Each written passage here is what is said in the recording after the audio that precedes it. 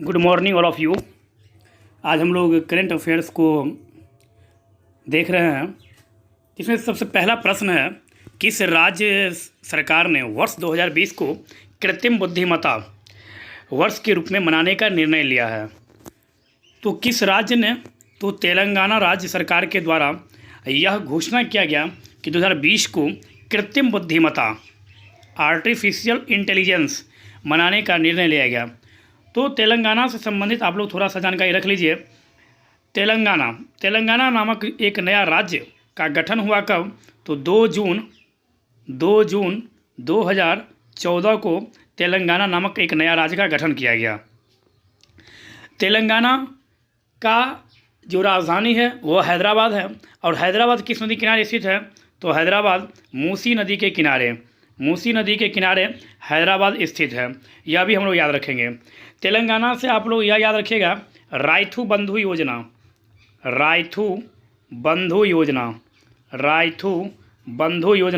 किस राज्य सरकार के द्वारा? तो तेलंगाना सरकार के द्वारा। कालेश्वरम लिफ्ट सिंचाई परियोजना किस राज्य के द्वारा चलाया गया? तो कालेश्वरम लिफ्ट सिंचाई परियोजना तेलंगाना सरकार द्वारा चलाया गया है। और तेलंगाना के राज्यपाल कौन हैं? जब भी पूछे आपसे कि तेलंगाना के राज्यपाल कौन हैं, तो तेलंगाना के राज्यपाल हैं डॉक्टर तमिलसाई सुंदरराजन। कौन है? तो सुंदरराजन। सिर्फ इतना भी यदि याद रखेंगे आप तो ये आपका काम चल जाएगा, सुंदरराजन। और वहाँ के मुख्यमंत्री कौन हैं? तो के चंद्रशेखर राव। तेलंगाना के मुख्यमंत्री कौन है? के चंद्रशेखर राव। तेलंगाना में जब पूछे आपसे कि राष्ट्रीय उद्यान कौन सा है, तो काशू ब्रह्मानंद जो राष्ट्रीय उद्यान है, काशू ब्रह्मानंद, वह राष्ट्रीय उद्यान कहाँ है? तो वह तेलंगाना में है। महावीर हरिना वन स्थली यह भी तेलंगाना में स्थित है। और जब पूछे वन्य जीव अभ्यारण्य मतलब क्या वाइल्ड लाइफ सेंचुरी, तो आप बोलेंगे नागा अर्जुन सागर परियोजना। यह भी कहाँ है? तो यह भी तेलंगाना में है। नागा अर्जुन सागर परियोजना यह कहाँ है? तेलंगाना में है। श्रीशैलम वन्यजीव अभ्यारण्य यह भी कहाँ है? तो तेलंगाना में है। प्राणहिता वन्यजीव अभ्यारण्य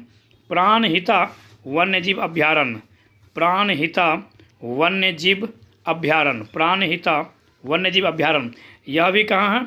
तो यह भी तेलंगाना में स्थित है। तेलंगाना हाईकोर्ट की जो स्थापना है वह 2019 में किया गया। मतलब क्या, हैदराबाद में जो हाईकोर्ट थी उसे तेलंगाना का हाईकोर्ट बना दिया गया। और आंध्र प्रदेश की नई राजधानी अमरावती मतलब अमरावती में जो हाईकोर्ट बना है उसे बना दिया गया किसका? तो उसे बना दिया गया है आंध्र प्रदेश की नया हाईकोर्ट। तो यह तेलंगाना से हम लोग याद रखेंगे। तेलंगाना से आप लोग यह भी याद रख सकते हैं कि तेलंगाना के द्वारा अभी हाल ही में जो 1-2 उत्सव मनाया गया उसके बारे में थोड़ा सुन लीजिए। बथुकुम्मा उत्सव कहाँ मनाया गया? तो तेलंगाना में। और बोनालू उत्सव यह भी मनाया गया कहाँ? बोनालू उत्सव, तो यह भी मनाया गया है तेलंगाना में। अब हम लोग देखते हैं नेक्स्ट प्रश्न को। दूसरा प्रश्न यहाँ पर बोल रहा है, दिसंबर 2019 में उत्तर प्रदेश राज्य सरकार परिवहन निगम ने किस नाम से बसों में महिला सुरक्षा के लिए हेल्पलाइन शुरू की है? तो दामिनी। कौन सा? तो सीधा पूछे आपसे कि जो महिलाओं की सुरक्षा के लिए दामिनी जो शुरू किया गया है वह किस राज्य सरकार द्वारा किया गया है? तो दामिनी जो है वह उत्तर प्रदेश सरकार द्वारा किया गया है। अब थोड़ा सा हम लोग उत्तर प्रदेश के संबंध में थोड़ा सा देख लेते हैं। उत्तर प्रदेश के मुख्यमंत्री हैं योगी आदित्यनाथ जी। और उत्तर प्रदेश के राज्यपाल हैं आनंदीबेन पटेल। यह हम लोग याद रखेंगे। उत्तर प्रदेश अभी चर्चा में क्यों बना हुआ है? तो उत्तर प्रदेश के अयोध्या में अभी हाल ही में प्रधानमंत्री नरेंद्र मोदी जी के द्वारा राम जन्मभूमि का मतलब क्या राम मंदिर के लिए शिलान्यास किया गया है। दूसरी बात, अभी हाल ही में आगरा के मुगल म्यूज़ियम का नाम बदलकर वीर शिवाजी के नाम पर रख दिया गया है। वीर शिवाजी के नाम पर आगरा के मुगल म्यूज़ियम का नाम बदलकर रखा गया है। यह भी आप लोग देखिएगा। दूसरी बात, उत्तर प्रदेश से आप लोग यह भी याद रख सकते हैं कि उत्तर प्रदेश में भारत की सर्वाधिक जनसंख्या है। भारत का सबसे अधिक जनसंख्या कहाँ है? तो उत्तर प्रदेश में है। उत्तर प्रदेश में लोकसभा सीट 80, उत्तर प्रदेश में विधानसभा सीट 403, उत्तर प्रदेश में विधान परिषद सदस्यों की संख्या जब पूछे तो 100, और उत्तर प्रदेश में राज्यसभा सदस्यों की संख्या 31। राज्यसभा 31, लोकसभा 80, विधानसभा 403 और विधान परिषद 100। कहने का मतलब यहाँ पर यह है कि उत्तर प्रदेश में जो है वह द्विसदनीय शासन व्यवस्था, मतलब क्या द्विसदनीय, कहने का मतलब क्या कि विधानसभा और विधान परिषद दोनों है उत्तर प्रदेश में। नवीन रोजगार छतरी योजना, यह याद रखिएगा आप लोग, नवीन रोजगार छतरी योजना यह किस राज्य सरकार द्वारा चलाया गया है? तो नवीन रोजगार छतरी योजना यह भी उत्तर प्रदेश सरकार के द्वारा चलाया गया है। और एक योजना है बाल श्रमिक विद्या योजना, बाल श्रमिक विद्या योजना यह भी उत्तर प्रदेश के द्वारा चलाया गया है। और उत्तर प्रदेश से आप लोग यह भी याद रख सकते हैं, दुधवा राष्ट्रीय उद्यान कहाँ है? तो दुधवा राष्ट्रीय उद्यान उत्तर प्रदेश में है। बखीरा वन्यजीव अभ्यारण्य कहाँ है? तो उत्तर प्रदेश में। कैमूर वन्यजीव अभ्यारण्य कहाँ है? तो उत्तर प्रदेश में। महावीर स्वामी वन्यजीव अभ्यारण्य यह कहाँ है?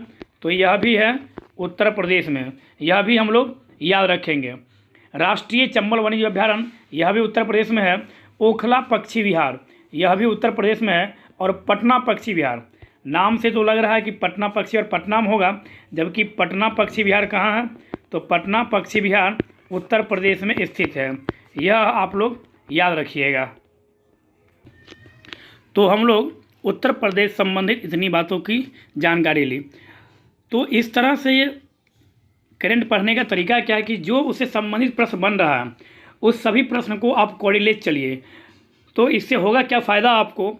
तो एक प्रश्न से आपको बहुत सारा प्रश्न बनेगा, यदि उससे संबंधित कोई अन्य प्रश्न भी पूछ रहा है तो आपका सॉल्व हो जाएगा। अब हम लोग देखते हैं नेक्स्ट प्रश्न की ओर बढ़ते हैं।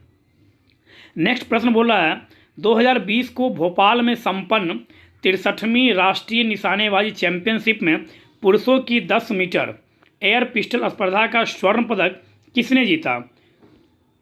तो सौरभ चौधरी। यह कहाँ हुआ था? तो सबसे पहले तो आप लोग यह बताइएगा कि यह मध्य प्रदेश में हुआ था।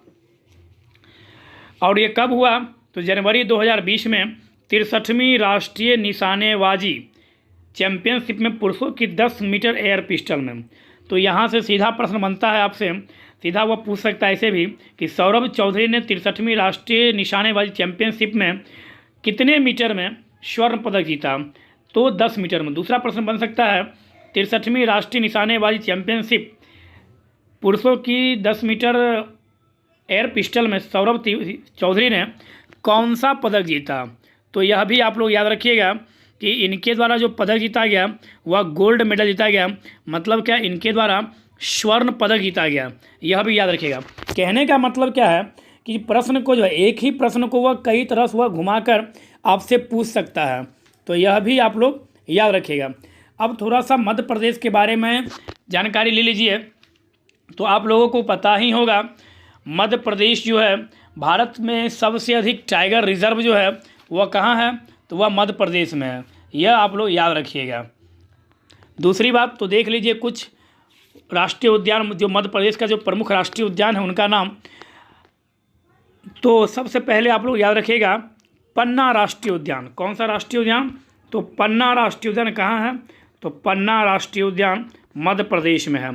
पन्ना संजय राष्ट्रीय उद्यान कहाँ है? तो यह भी है मध्य प्रदेश में। सतपुरा यह भी मध्य प्रदेश में। वन विहार राष्ट्रीय उद्यान, वन विहार राष्ट्रीय उद्यान यह भी कहाँ है? यह भी मध्य प्रदेश में है। डायनासोर जीवाश्म पार्क, डायनासोर जीवाश्म पार्क यह भी मध्य प्रदेश में है। और क्रोनोपालपुर राष्ट्रीय उद्यान यह भी मध्य प्रदेश में है। तो यह हो गया क्या आपका राष्ट्रीय उद्यान। अब थोड़ा सा देख लेते हैं कौन कौन सा वन्यजीव अभ्यारण्य है जो प्रमुख है। गांधी सागर वन्यजीव अभ्यारण्य कहाँ है? तो गांधी सागर वन्यजीव अभ्यारण्य यह मध्य प्रदेश में है। यह याद रखें। कौन सा? तो गांधी सागर वन्यजीव अभ्यारण्य कहाँ? तो यह है मध्य प्रदेश में। नेक्स्ट आप लोग कह सकते हैं मध्य प्रदेश में राष्ट्रीय चंबल वन्यजीव अभ्यारण्य कहाँ है? तो यह भी मध्य प्रदेश में ही है। रातापानी वन्य जीव अभ्यारण्य, रातापानी वन्य जीव अभ्यारण्य मध्य प्रदेश में। और एक सबसे महत्वपूर्ण है सोनघड़ियाल वन्य जीव अभ्यारण्य। तो सोनघड़ियाल वन्य जीव अभ्यारण्य कहाँ है? तो यह आप लोग बता सकते हैं कि जो वन्य जीव अभ्यारण्य है, सोनघड़ियाल वन्य जीव अभ्यारण्य, यह कहाँ है? जब पूछिए आपसे तो यह मध्य प्रदेश में है। तो यह आप लोग बता सकते हैं। दूसरी बात, आपसे मध्य प्रदेश से पूछ सकता है कि मध्य प्रदेश के मुख्यमंत्री कौन हैं?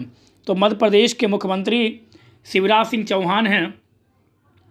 और जब पूछे कि मध्य प्रदेश राज्य का निर्माण या गठन कब किया गया, तो 1 नवंबर 1956 ईस्वी को मध्य प्रदेश का गठन किया गया। यह भी आप लोग याद रखेंगे। अब हम लोग चलते हैं नेक्स्ट प्रश्न की ओर। नेक्स्ट प्रश्न बोल रहा है कि जनवरी 2020 में भारत और ओमान के बीच, किन दो देशों के बीच? तो भारत और ओमान के बीच किस द्विपक्षीय नौसैनिक अभ्यास का 12वां संस्करण आयोजित किया गया?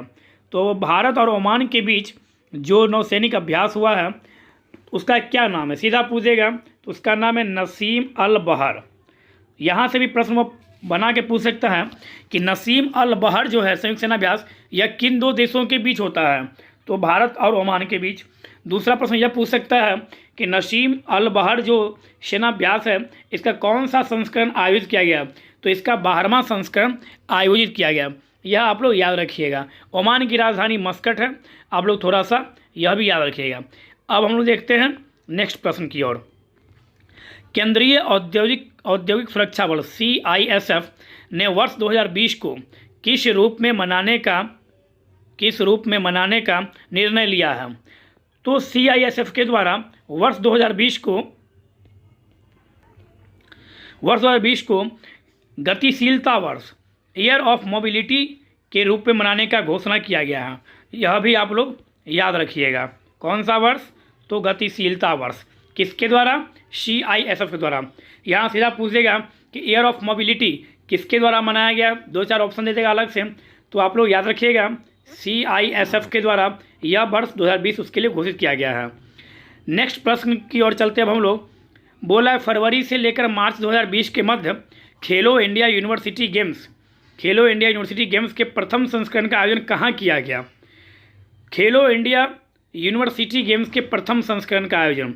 तो जब इस प्रकार का प्रश्न है तो आपको यहाँ पर ध्यान देना है, खेलो इंडिया गेम अलग है और यहाँ पर पूछ रहे खेलो इंडिया यूथ गेम्स। तो इस चीज़ को आपको याद रखना होगा कि वह पूछ क्या रहा है, खेलो इंडिया गेम पूछ रहा है या खेलो इंडिया यूथ गेम्स पूछ रहा है।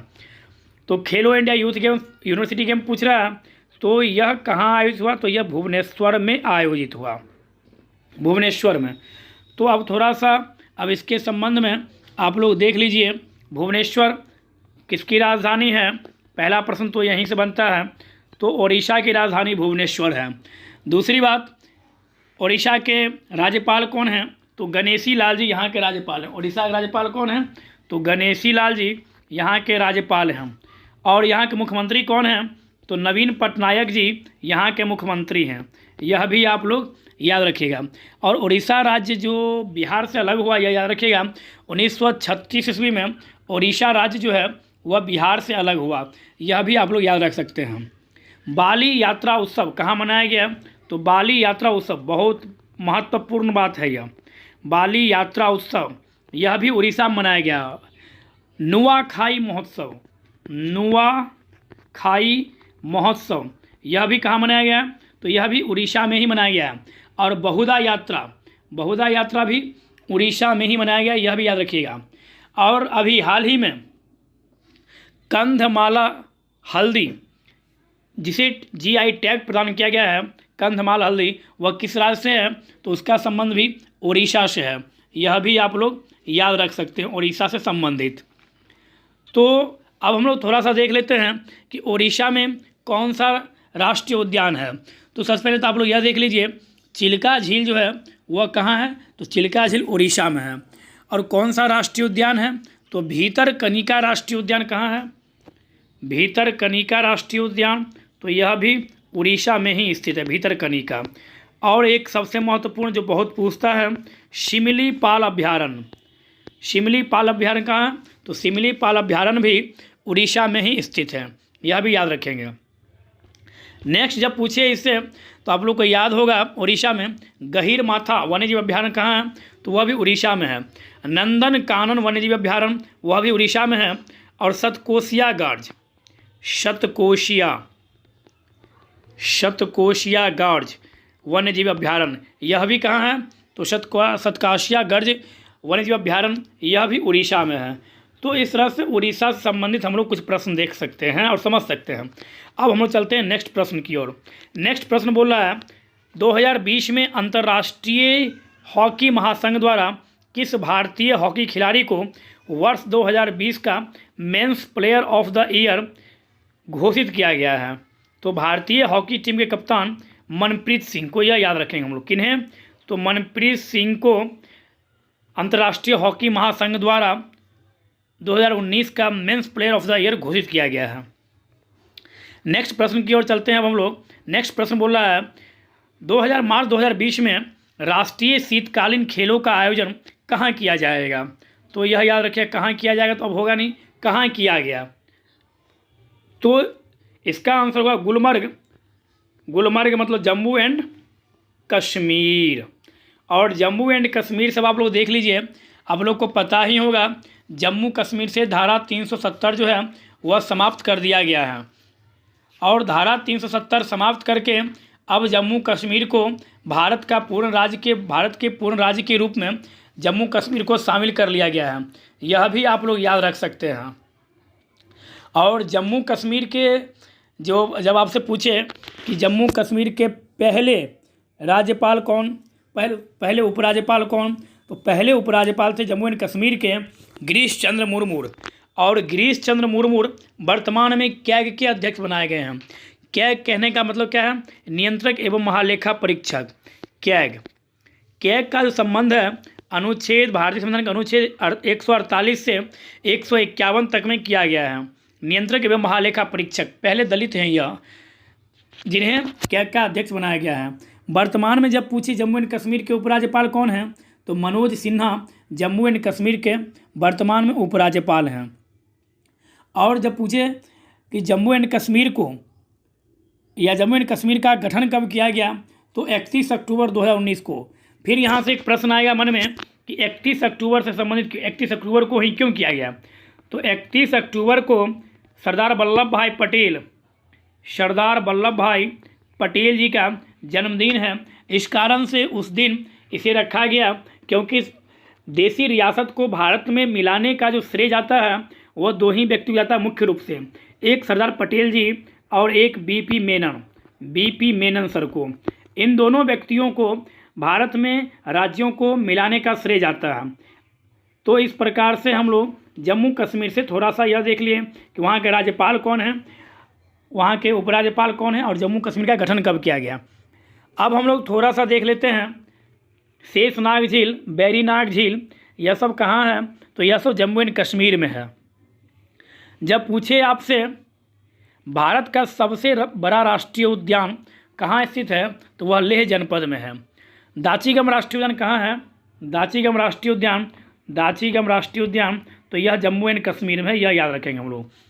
दूसरी बात, सलीम अली राष्ट्रीय उद्यान कहाँ है? तो यह भी जम्मू कश्मीर में है। और सबसे महत्वपूर्ण जो पूछता है आपसे, किश्तवाड़ राष्ट्रीय उद्यान, तो यह भी जम्मू एंड कश्मीर में है। यह हम लोग जम्मू एंड कश्मीर से याद रख सकते हैं। जम्मू एंड कश्मीर में एक दो वन्य जीव अभ्यारण्य भी है, वाइल्ड लाइफ सेंचुरी। अब उसके संबंध में थोड़ा सा हम लोग देख लेते हैं। तो सबसे पहला है चांगथांग शीत मरुस्थल वन्य जीव अभ्यारण्य कहाँ है? चांगथांग शीत मरुस्थल वन्य जीव अभ्यारण्य कहाँ है? तो वह है जम्मू एंड कश्मीर में। नेक्स्ट, सुरीनसर मानसर वन्य जीव अभ्यारण्य कहाँ है? तो यह भी है जम्मू एंड कश्मीर में। तो इस तरह से हम लोग जम्मू एंड कश्मीर से संबंधित कुछ प्रश्न को देखें। अब हम लोग नेक्स्ट क्वेश्चन को देखते हैं। 2020 को आईसीसी अंडर 19 क्रिकेट विश्व कप 2020 विजेता कौन था? तो यह बोलेंगे हम लोग बांग्लादेश। बांग्लादेश के प्रधानमंत्री कौन है? शेख हसीना, यह याद रखेंगे हम लोग। और भारत और बांग्लादेश के बीच जो संयुक्त सेना अभ्यास होता है उसे किस नाम से जाना जाता है? तो उसे संप्रीति कहा जाता है। भारत और बांग्लादेश के बीच जो संयुक्त सेना अभ्यास होता है उसे संप्रीति के नाम से जाना जाता है। नेक्स्ट क्वेश्चन की ओर अब हम लोग बढ़ते हैं। नेक्स्ट क्वेश्चन है, आईसीसी अवार्ड्स 2019 में किस खिलाड़ी को क्रिकेटर ऑफ द ईयर घोषित किया गया? तो बेन स्टोक्स। बेन स्टोक्स किस देश के खिलाड़ी हैं? तो बेन स्टोक्स इंग्लैंड के खिलाड़ी हैं, यह याद रखेंगे हम लोग। नेक्स्ट क्वेश्चन बोला है, फरवरी 2020 को प्रवासी भारतीय केंद्र का पुनर्निर्माण कर भूतपूर्व केंद्रीय मंत्री किस केंद्रीय मंत्री के नाम पर रखा गया है? तो इसका आंसर होगा सुषमा स्वराज जी, जो हमारे विदेश मंत्री थे और उनके निधन के बाद इसका नाम बदल दिया। किसका? तो भारतीय केंद्र का नाम बदलकर सुषमा स्वराज के नाम पर रखा गया। नेक्स्ट क्वेश्चन देखते हैं अब हम लोग, प्रतिवर्ष रेडियो दिवस किस दिन मनाया जाता है? तो प्रतिवर्ष रेडियो दिवस जो है यह 13 फरवरी को मनाया जाता है, यह याद रखेंगे हम लोग। नेक्स्ट क्वेश्चन देखते हैं, नागरिकता संशोधन अधिनियम 2019 के प्रावधान कब तक लागू किए गए? तो 10 जनवरी 2020 को नागरिकता संशोधन अधिनियम कानून लागू किया गया। नेक्स्ट क्वेश्चन की ओर चलते हैं अब हम लोग, जनवरी 2020 को देश के प्रथम chief of defence staff CDS के रूप में किसे नियुक्त किया गया? तो CDS के रूप में जनरल बिपिन रावत को नियुक्त किया गया, यह याद रखेंगे हम लोग। नेक्स्ट प्रश्न की ओर चलते हैं, भारतीय अंतरिक्ष अनुसंधान संगठन मतलब इसरो के द्वारा क्या किया गया? तो यह याद रखेंगे, ISRO Indian Space Research Organisation. Indian Space Research Organisation इसका पूरा नाम होता है। इसके द्वारा प्रस्तावित तृतीय चंद्र अन्वेषण मिशन को क्या नाम दिया गया है? तो इसका नाम दिया गया है चंद्रयान 3। आप लोग को याद होगा चंद्रयान 2 जो है वह मिशन अनसक्सेस रहा और लगभग उसकी लागत जो है लगभग 943 को लगभग 1000 करोड़ रुपया था उसकी लागत, जो क्या रहा तो वह अनसक्सेसफुल रहा, यह आप लोग याद रखिएगा। प्रधानमंत्री ने DRDO की 5 युवा वैज्ञानिक प्रयोगशालाएं कब राष्ट्र को समर्पित किए? तो प्रधानमंत्री नरेंद्र मोदी जी के द्वारा DRDO की 5 युवा वैज्ञानिक प्रयोगशालाएं 2 जनवरी 2020 को राष्ट्र को समर्पित किया गया, यह याद रखें। कब? तो जनवरी 2020 को। नेक्स्ट क्वेश्चन को चलते हैं हम लोग, जनवरी 2020 के मध्य 107वीं भारतीय विज्ञान कांग्रेस का आयोजन कहाँ किया गया? तो university of agriculture sciences Bengaluru मतलब क्या? कर्नाटका, यह याद रखें। कर्नाटक से एक छोटा सा बात बताते हैं, कांग्रेस संबंधित है इसलिए कांग्रेस का 1924 भारतीय राष्ट्रीय कांग्रेस का 1924 का जो अधिवेशन हुआ था कर्नाटक के बेलगांव में, इसकी अध्यक्षता किसके द्वारा किया गया? तो इसकी अध्यक्षता गांधी जी के द्वारा किया गया। कर्नाटक के राज्यपाल कौन हैं? जब पूछे आपसे तो कर्नाटक के राज्यपाल हैं बैजू भाई वाला, यह भी याद रखेंगे। और कर्नाटक के मुख्यमंत्री जब पूछिए आपसे तो कर्नाटक के मुख्यमंत्री हैं BS येदियुरप्पा। यह आप लोग कर्नाटक से संबंधित कुछ बात को याद रख सकते हैं जो कभी कभी एग्जाम पूछता है।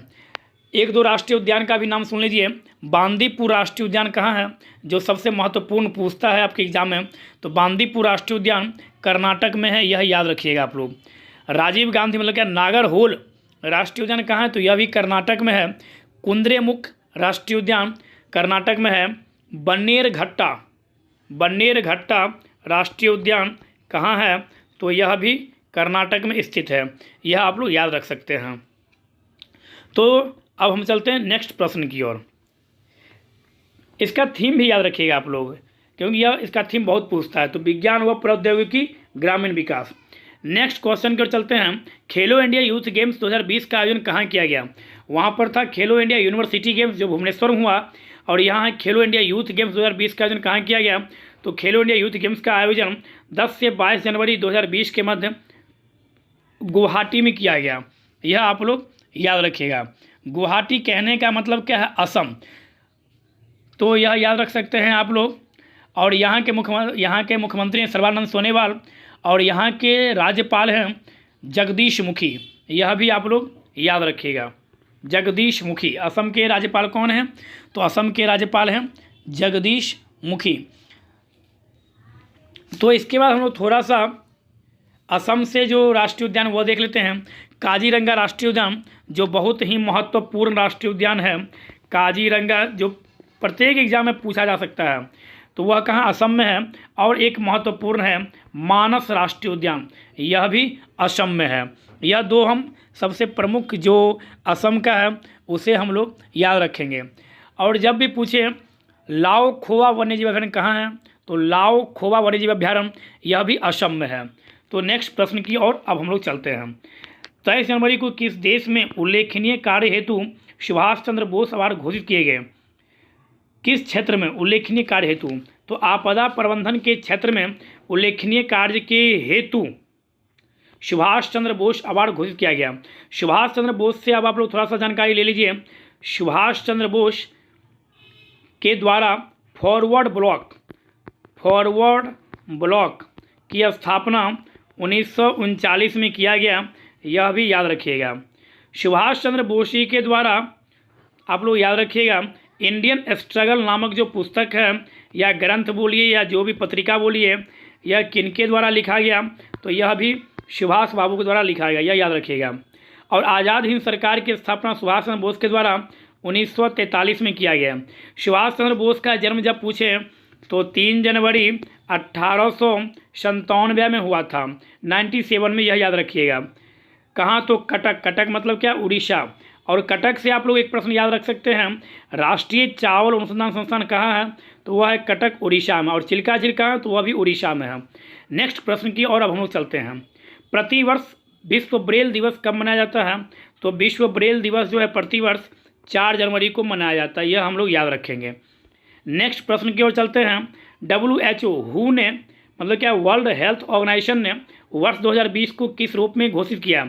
तो हू के द्वारा मतलब क्या वर्ल्ड हेल्थ ऑर्गेनाइजेशन के द्वारा नर्स व प्रसविका दायी वर्ष के रूप में वर्ष 2020 को घोषित किया गया है, यह याद रखेंगे हम लोग। जिसको बोल सकते हैं year of nurse and the midwife. Year of nurse and the midwife किसके द्वारा? तो हू के द्वारा।